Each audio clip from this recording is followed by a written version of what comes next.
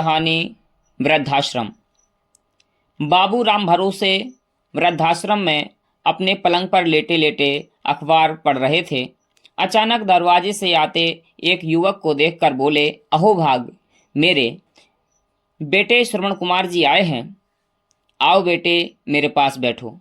वह युवक बैठने के बाद बोला, पापा जी, मेरा नाम भी भूल गए? मैं आपका राजू हूँ। राम भरोसे बोले, हाँ बेटे, सचमुच भूल गया, जैसे तुम लोग मुझे भूल गए थे। आज 3 साल के बाद तुम यहाँ से ये देखने आए हो कि जिंदा हूँ या मर गया। मैंने तुमको इतना लायक बना दिया कि तुमने मुझको नालायक समझ लिया। तब राजू बोला, पापा, आपको कैसे भूल सकते हैं? दरअसल बीवी बच्चों की जिम्मेदारियों में इतना उलझा रहा कि आ ही नहीं पाया। अब आपको लेने आया हूँ। राम भरोसे बोले, क्यों भाई, मेरे बिना कौन सा कार्य रुक रहा है? 3 साल पहले तुमने कितनी तरकीब से मुझे यहाँ छोड़ा था। तुम तो कहते थे रोज मिलने आया करूँगा, ख्याल रखूँगा, लेकिन शक्ल भी नहीं दिखाई दी इतने दिनों।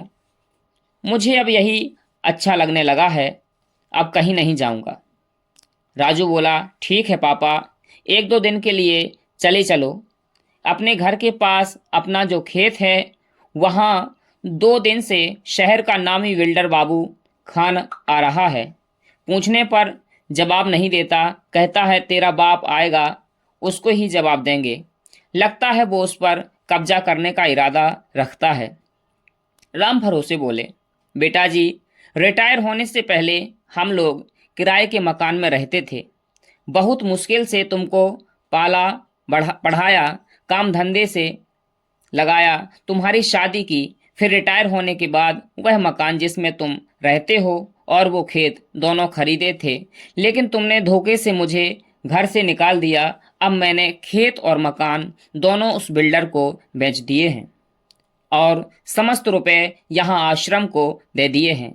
अब बिल्डर बाबू खान बहुत जल्द तुम्हें वहाँ से बेदखल कर देगा। अब तुम किराए के मकान में रहो और अपने दम पर संपत्ति बनाओ, खूब ऐश करो। अब जाओ यहाँ से, वरना यहाँ के व्यवस्थापक गुस्सा होंगे। तब राजू गिड़गिड़ाते हुए बोला, पापा, आप मेरे साथ ऐसा नहीं कर सकते।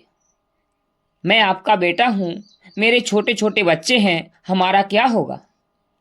बाबू राम भरोसे उठकर खड़े हो गए और बोले, जाओ भाई जाओ, अब कुछ नहीं हो सकता। तुम भूल गए थे कि तुम्हारे बाप ने मेहनत मजदूरी की, पढ़ाया लिखाया, कितनी तकलीफ उठाई। अब मुझे मेरे हाल पर छोड़ दो, जाओ। राजू ने सिर झुकाया और दरवाजे की ओर चला। तब राम भरोसे बोले, हाँ बेटे, एक बात और सुन जाओ, इस आश्रम में हर तरह की सुविधाएं हैं। जब तुम बूढ़े हो जाओ और तुम्हारा बेटा घर से निकाले, तब तुम यहाँ आ जाना। मैंने बहुत सा अनुदान दिया है। यहाँ जाओ, अब मेरे पास नहीं आना, क्योंकि हमारे संबंधों में भावनाएं नहीं बची, केवल व्यवस्थाएं हैं।